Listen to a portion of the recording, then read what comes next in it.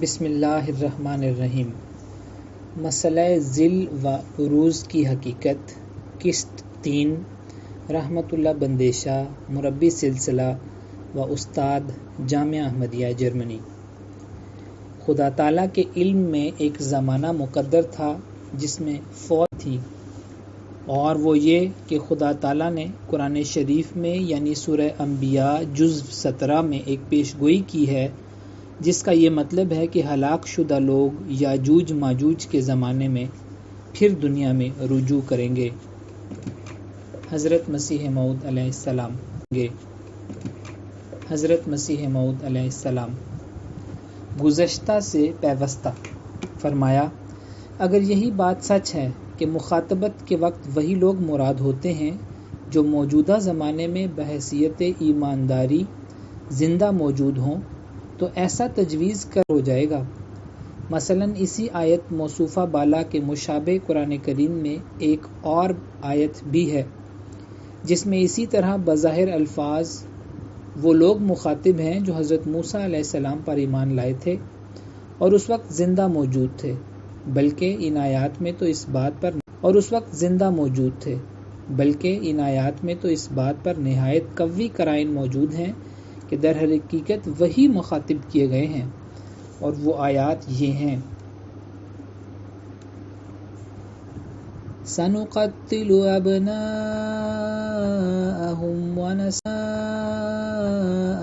وَنَسْتَحْيِي نِسَاءَهُمْ وَإِنَّا فَوْقَهُمْ قَاهِرُونَ قال موسى لقومه استعينوا بالله واصبروا إنها من يشاء من عباده والعاقبة للمتقين قالوا أوذينا من قبل أن تأتينا ومن بعد ما جئتنا أن يهلك عدوكم ويستخلفكم في الأرض فينظر كيف تعملون۔ الاعراف 128 تا 130، الجزء 9، سورۃ الاعراف۔ یعنی فرعون نے کہا کہ ہم بنی اسرائیل کے بیٹوں کو قتل کریں گے اور ان کی بیٹیوں کو زندہ رکھیں گے، اور تحقیقاً ہم ان پر غالب ہیں۔ تب موسیٰ نے اپنی قوم کو کہا، اللہ سے مدد چاہو اور صبر کرو، زمین خدا کی ہے جس کو اپنے بندوں سے چاہتا ہے، اور انجام بخیر پرہیزگاروں کا ہی ہوتا ہے۔ تب موسیٰ کی قوم نے اس کو جواب دیا کہ ہم تیرے پہلے بھی ستائے جاتے تھے اور تیرے آنے کے بعد بھی ستائے گئے۔ تو موسیٰ نے ان کے جواب میں کہا، قریب ہے کہ خدا تمہارے دشمن کو ہلاک کر دے اور زمین پر تمہیں خلیفے مقرر کر دے، اور پھر دیکھے کہ تم کس طور کے کام کرتے ہو۔ اب ان آیات میں صریح اور صاف طور پر وہی لوگ مخاطب ہیں جو حضرت موسیٰ علیہ السلام کی قوم میں ان کے سامنے زندہ موجود تھے، اور انہوں نے فرعون کے ظلموں کا شکوہ بھی کیا اور کہا تھا کہ ہم تیرے پہلے بھی ستائے گئے اور تیرے آنے کے بعد بھی، اور انہیں کو خطاب کر کے کہا تھا کہ تم ان تکلیفات پر صبر کرو، خدا تمہاری طرف رحمت کے ساتھ متوجہ ہوگا اور تمہارے دشمنوں کو ہلاک کر دے گا اور تم کو زمین پر خلیفے بنا دے گا۔ لیکن تاریخ دانوں پر ظاہر ہے اور یہودیوں اور نصارہ کی کتابوں کو دیکھنے والے بخوبی جانتے ہیں کہ گو اس قوم کا یعنی دشمن یعنی فرعون ان کے سامنے ہلاک ہوا، مگر وہ خود تو زمین پر نہ ظاہری خلافت پر پہنچے نہ باطنی خلافت پر، بلکہ تک بیابان لکو دک میں آوارہ رہ کر جاں بحق تسلیم ہوئے۔ پھر بعد ان کی ہلاکت کے ان کی اولاد میں سے ایک ایسا سلسلہ خلافت کا شروع ہوا کہ بہت سے بادشاہ اس قوم میں ہوئے، اور داؤد اور سلیمان جیسے خلیفۃ اللہ اسی قوم میں ہوئے، یہاں تک کہ آخر یہ سلسلہ خلافت 14ویں صدی میں حضرت مسیح پر ختم ہوا۔ پس اس سے ظاہر ہے کہ کسی قوم موجودہ کو مخاطب کرنے سے ہرگز یہ لازم نہیں آتا کہ وہ خطاب قوم موجودہ تک ہی محدود رہے، بلکہ قرآن کریم کا تو یہ بھی محاورہ پایا جاتا ہے کہ بسا اوقات ایک قوم کو مخاطب کرتا ہے مگر اصل مخاطب کوئی اور لوگ ہوتے ہیں جو گزر گئے یا آئندہ آنے والے ہیں۔ مثلا اللہ جل شانہ سورہ البقرہ میں یہود موجودہ کو مخاطب کر کے فرماتا ہے یا بنی اسرائیل اذکروا نعمتی التي انعمت علیکم وَأَوْفُوا بِعَهْدِي أُوفِ بِعَهْدِكُمْ وَإِيَّايَ فَارْهَبُونِ۔ البقرہ 41۔ یعنی اے بنی اسرائیل اس نعمت کو یاد کرو جو ہم نے تم پر انعام کی، اور میرے عہد کو پورا کرو تا میں بھی تمہارے عہد کو پورا کروں، اور پس مجھ سے ڈرو۔ اب ظاہر ہے کہ یہود موجودہ زمانے حضرت صلی اللہ علیہ وسلم تو ضربت علیہم الذلہ کا مصداق تھے، ان پر تو کوئی انعام بھی نہیں ہوا تھا اور نہ ان سے یہ عہد ہوا تھا کہ تم نے خاتم الانبیاء پر ایمان لانا۔ پھر بعد اس کے فرمایا فرعون یسومونکم سوء العذاب یذبحون ابناءکم ویستحیون نساءکم وفی ذلکم بلاء من ربکم عظیم وَإِذْ فَرَقْنَا بِكُمُ الْبَحْرَ فَأَنْجَيْنَاكُمْ وَأَغْرَقْنَا آلَ فِرْعَوْنَ وَأَنْتُمْ تنظرون۔ البقرہ 50-51۔ یعنی وہ وقت یاد کرو جب ہم نے تم کو آل فرعون سے نجات دی، وہ تم کو طرح طرح کے دکھ دیتے تھے، تمہارے لڑکوں کو مار ڈالتے تھے اور تمہاری لڑکیوں کو زندہ رکھتے تھے، اور اس میں خدا تعالیٰ کی طرف سے تمہارا بڑا امتحان تھا۔ اور وہ وقت یاد کرو جب کہ ہم نے تمہارے پہنچنے کے ساتھ ہی دریا کو پھاڑ دیا، پھر ہم نے تم کو نجات دی اور فرعون کے لوگوں کو ہلاک کر دیا اور تم دیکھتے تھے۔ اب سوچنا چاہیے کہ ان واقعہ بھی ان یہودیوں کو پیش نہیں آیا تھا جو حضرت صلی اللہ علیہ وسلم کے زمانے میں موجود تھے۔ نہ وہ فرعون کے ہاتھ سے دکھ دیے گئے، نہ ان کے بیٹوں کو کسی نے قتل کیا، نہ وہ کسی دریا سے پار کیے گئے۔ پھر آگے فرماتا ہے وَإِذْ قُلْتُمْ يَا مُوسَى لَن نُّؤْمِنَ لَكَ حَتَّى نَرَى اللَّهَ جَهْرَةً فَأَخَذَتْكُمُ الصَّاعِقَةُ وَأَنْتُمْ تَنْظُرُونَ ثُمَّ بَعَثْنَاكُمْ مِنْ بَعْدِ مَوْتِكُمْ لَعَلَّكُمْ تَشْكُرُونَ وَظَلَّلْنَا عَلَيْكُمُ الْغَمَامَ وَأَنزَلْنَا عَلَيْكُمُ الْمَنَّ وَالسَّلْوَىٰ۔ البقرہ جب تک خدا کو بچشم خود نہ دیکھ لے تب تم پر صاعقہ پڑی، اور پھر تم کو زندہ کیا گیا تاکہ تم شکر کرو، اور ہم نے بادلوں کو تم پر سائبان کیا اور ہم نے تم پر من و سلوہ اتارا۔ اب ظاہر ہے کہ حضرت موسیٰ علیہ السلام تو ان یہودیوں سے جو قرآن میں مخاطب کیے گئے تھے 2000 برس پہلے فوت ہو چکے تھے، اور ان کا حضرت موسیٰ کے زمانے میں نام و نشان بھی نہ تھا۔ پھر وہ حضرت موسیٰ سے ایسا سوال کیوں کر سکتے تھے؟ کہاں ان پر بجلی گری؟ کہاں انہوں نے من و سلوہ کھایا؟ زمانے میں اور قالبوں میں موجود تھے، اور پھر حضور صلی اللہ علیہ وسلم کے زمانے میں بھی بطور تناسخ موجود ہوئے، اور اگر یہ نہیں تو بجوز اس تعویل کے اور کیا کہہ سکتے ہیں کہ مخاطبت کے وقت ضروری نہیں کہ وہی لوگ حقیقی طور پر واقعات منصوبہ کے مصداق ہوں جو مخاطب ہوں۔ کہ کلام الہی اور احادیث رسول اللہ صلی اللہ علیہ وسلم میں یہ ایک قاعدہ ٹھہر گیا ہے کہ بسا اوقات کوئی واقعہ ایک شخص یا ایک قوم کی طرف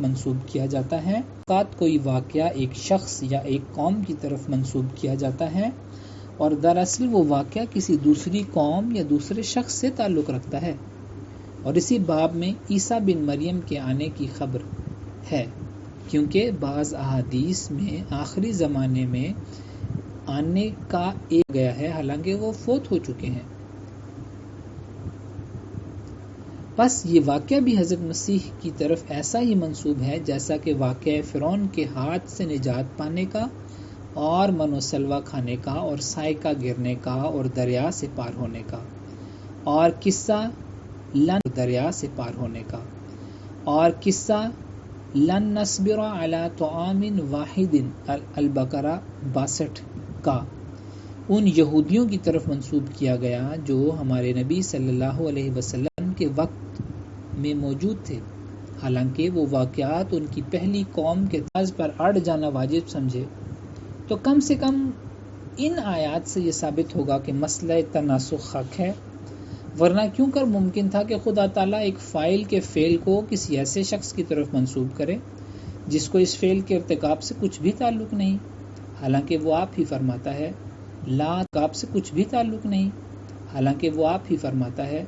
لا تزر وازرۃ وزر اخری، بنی اسرائیل 16۔ پھر اگر موسیٰ کی قوم نے موسیٰ کی نافرمانی کی تھی اور ان پر بجلی گری تھی، یا انہوں نے گوسالہ پرستی کی تھی اور ان پر عذاب نازل ہوا تھا، تو اس دوسری قوم کو ان واقعات سے کیا تعلق تھا جو 2000 برس بعد پیدا ہوئے؟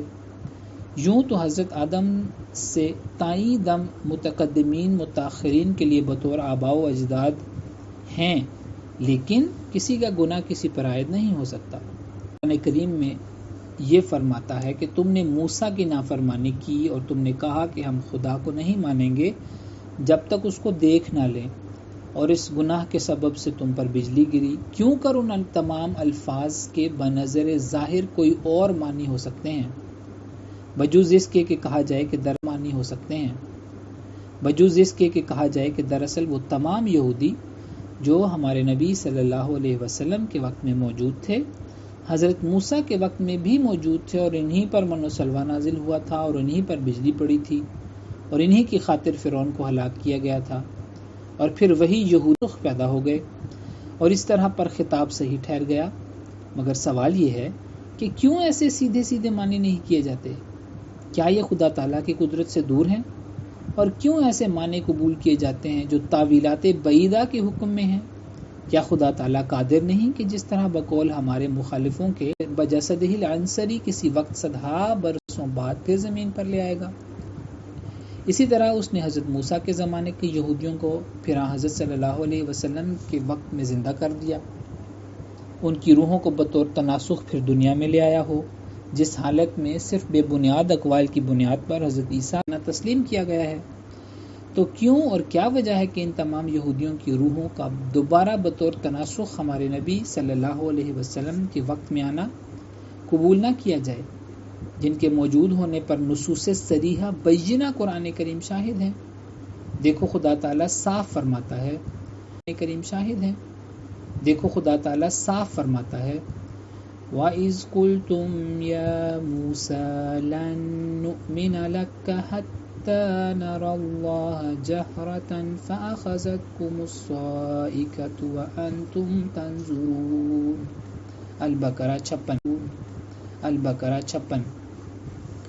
یعنی تم وہ وقت یاد کرو جبکہ تم نے نہ کسی اور نے یہ کہا کہ ہم تیرے کہنے پر تو ایمان لائیں نہیں گے جب تک ہم آپ ظاہر خدا کو نہ دیکھ لیں، اور پھر تم کو بجلی نے پکڑا۔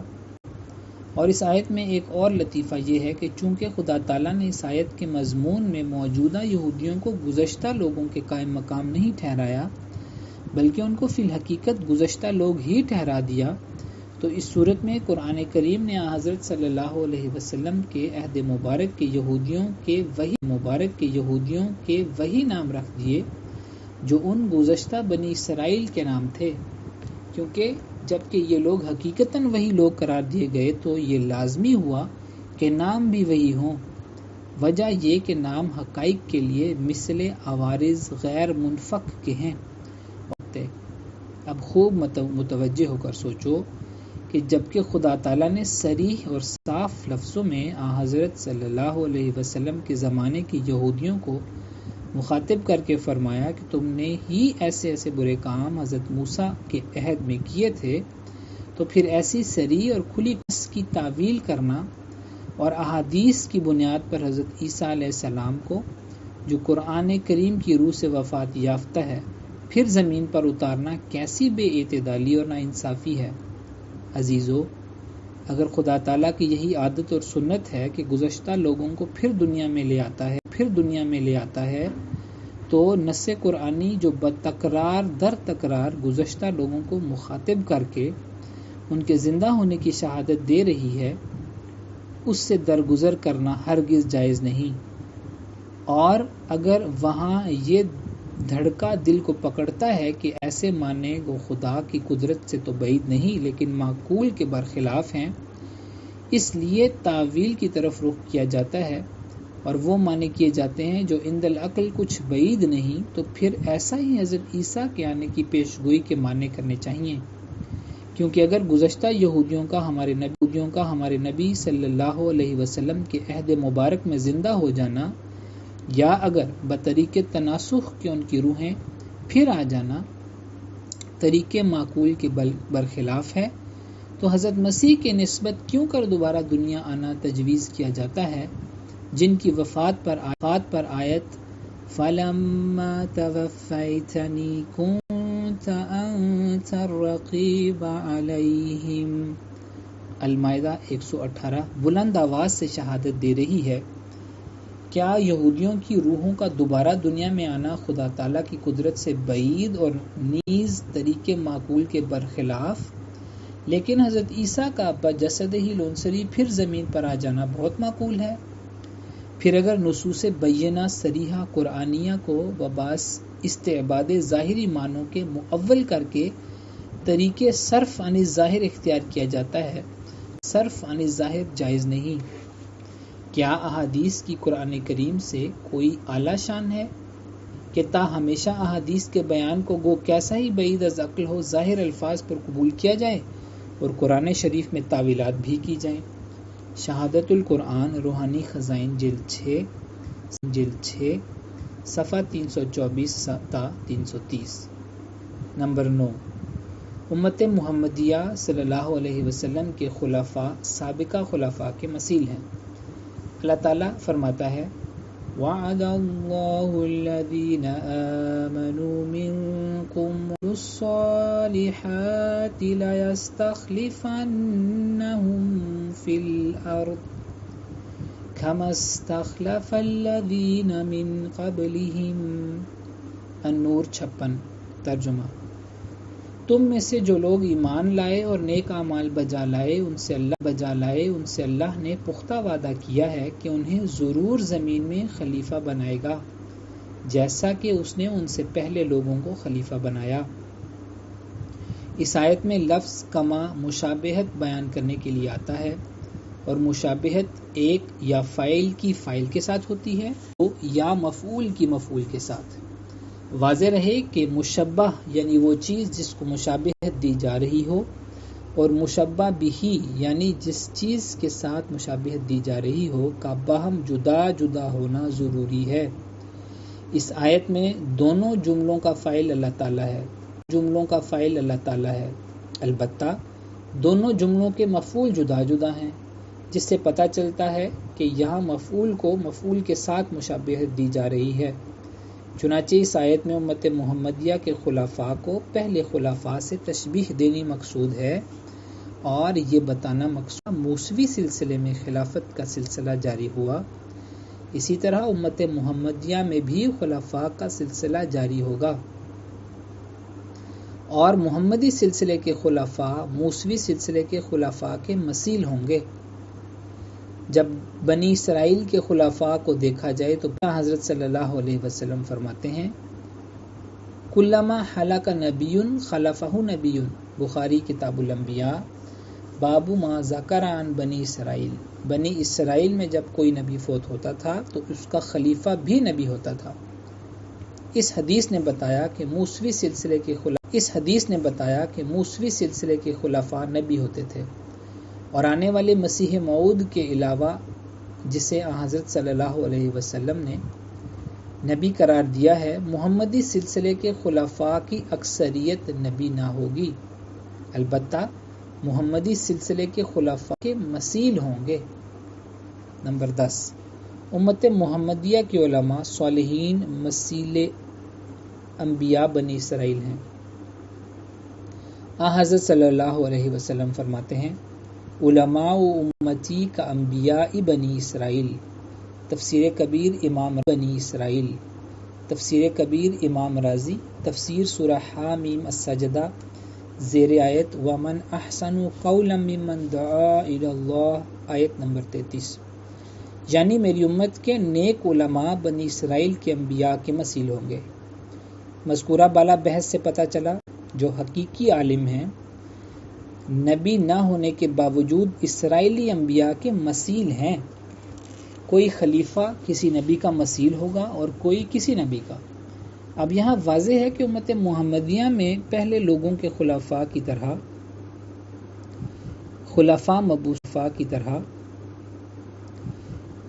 مبعوث کیے جانے کی پیشگوئی فرمائی جا رہی ہے، یعنی اس امت مرحومہ میں گزشتہ امتوں کے خلفاء کے مثیل و بروز ذیل ہم صفت خلفاء ہوں گے۔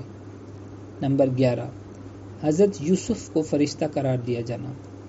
آپ علیہ السلام ان ھذا الا ملک کریم، یوسف 32۔ ترجمہ، یہ تو ایک معزز فرشتے کے سوا کچھ نہیں۔ اس آیت میں حضرت یوسف کو فرشتہ صفت ملوکی سیرت وجود قرار دیا گیا ہے، اور اسی کو بروز امہات المومنین کو صواحب یوسف قرار دیا گیا۔ ان عائشہ ام المؤمنین ان رسول اللہ صلی اللہ علیہ وسلم قال فی مرضه مروا ابا بکر یصلی بالناس، قالت عائشہ قلت ان ابا بکر اذا قام فی مقامک لم یسمع الناس من البکاء فمر عمر فلیصلی، فقال مروا ابا بکر فلیصلی للناس، قالت عائشہ لحفصۃ اذا قام فی مقامک لم یسمع الناس من البکاء فمر عمر فلیصلی للناس، ففعلت حفصۃ، فقال رسول اللہ صلی اللہ علیہ وسلم مہ ان کننا لانتن صواحب یوسف مروا ابا بکر فلیصلی للناس۔ بخاری کتاب الانبیاء، باب اذا بکل امام فی الصلاۃ، حدیث نمبر 716۔ ام المومنین حضرت عائشہ رضی اللہ تعالیٰ عنہ سے روایت کہ رسول اللہ صلی اللہ علیہ وسلم نے اپنی بیماری میں فرمایا، ابو بکر رضی اللہ سے کہو کہ لوگوں کو نماز پڑھائیں۔ حضرت عائشہ رضی اللہ عنہ کہتی تھی کہ میں نے آپ صلی اللہ علیہ وسلم سے کہا، علیہ وسلم کی جگہ کھڑے ہوئے تو وہ بسبب رونے کے لوگوں کو نہ سنا سکیں گے، اس لیے آپ صلی اللہ علیہ وسلم حضرت عمر رضی اللہ عنہ سے فرمائیں کہ وہ لوگوں کو نماز پڑھائیں۔ آپ صلی اللہ علیہ وسلم نے فرمایا، ابو بکر رضی اللہ عنہ سے کہو کہ لوگوں کو نماز پڑھائیں۔ حضرت عائشہ رضی اللہ عنہ سے کہا، کیا حضرت صلی اللہ علیہ وسلم سے عرض کر دو کہ حضرت ابو بکر رضی اللہ عنہ اگر آپ صلی اللہ علیہ وسلم کی جگہ کھڑے ہوئے تو بوجہ رونے کے لوگوں کو نہیں سنا سکیں گے، اس لیے آپ صلی اللہ علیہ وسلم حضرت عمر رضی اللہ عنہ سے فرمائیں۔ چنانچہ حضرت حفصہ رضی اللہ عنہ نے ایسا ہی کیا۔ رسول اللہ صلی اللہ علیہ وسلم نے فرمایا، چپ رہو، تم تو یوسف والی عورتیں ہو، ابو بکر سے کہو کہ وہ لوگوں کو نماز پڑھائیں۔ نمبر 13، رسول اللہ صلی اللہ علیہ وسلم کو ابن ابی کبشہ قرار دیا جانا۔ ابو سفیان نے ہرقل سے بیت المقدس میں صلح حدیبیہ کی میعاد کے زمانے میں ملاقات کی۔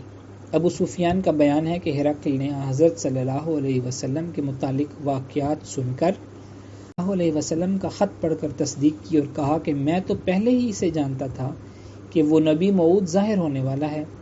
اپنی گفتگو کے اختتام اور ہرقل کے بیان کے متعلق ابو سفیان بیان کرتا ہے کہ فلما قال ما قال وفرغ من قراءة الكتاب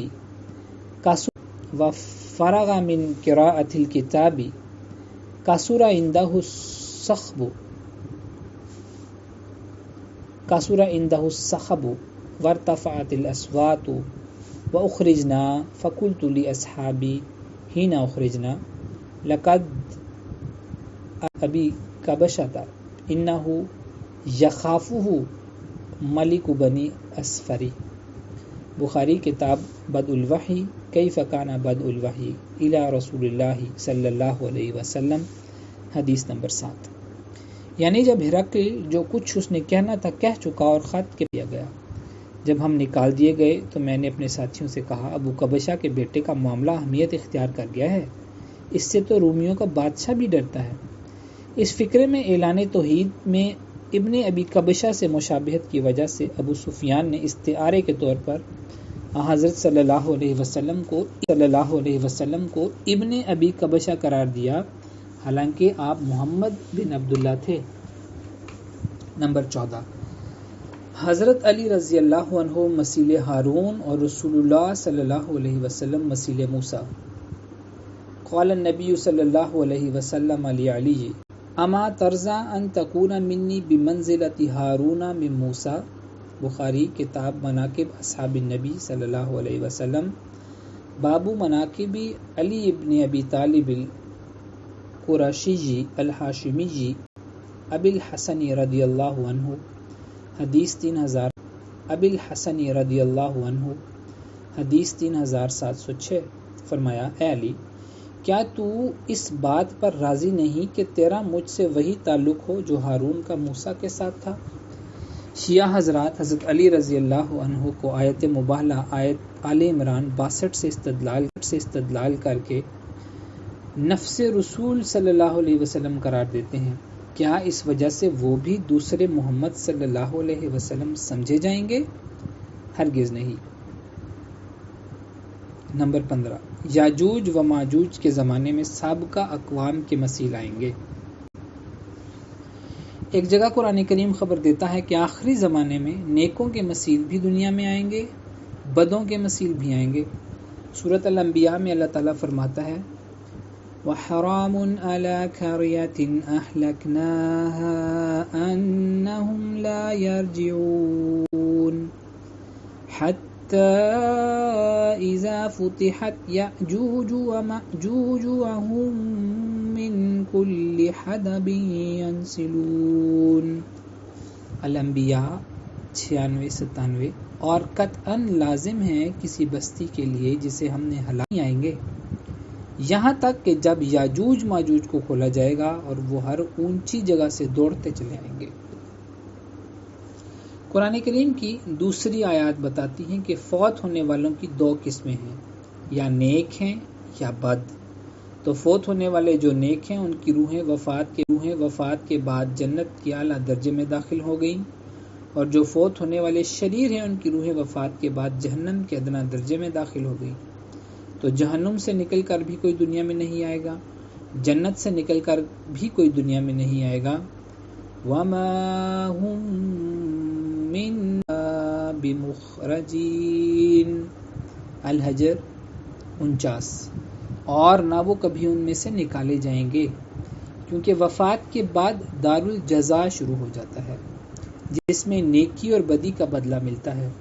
یہ دنیا دارالامتحان ہے، تو جس کا امتحان ختم ہو گیا، امتحان کا نتیجہ اسے ملنا شروع ہو گیا، اس کے بارے میں قرآن کہتا ہے کہ وہ دوبارہ دنیا میں دارالامتحان میں نہیں جائے گا۔ تو فرمایا حتیٰ اذا فتحت یاجوج و ماجوج، یہاں تک کہ یاجوج اور ماجوج کو کھول دیا جائے گا۔ یاجوج و ماجوج، یہاں تک کہ یاجوج اور ماجوج کو کھول دیا جائے گا۔ آپ دونوں آیتوں کو جوڑیں، بالکل متصل آیات ہیں۔ ان کا مفہوم یہ بنا کہ جو لوگ ہلاک ہو گئے وہ پلٹ کر دنیا میں نہیں آئیں گے یہاں تک کہ جب یاجوج ماجوج کو کھول دیا جائے گا تو پھر دنیا میں پلٹ آئیں گے۔ بتاتی ہیں کہ جو مر گیا وہ دنیا میں زندہ ہو کر دوبارہ نہیں آئے گا۔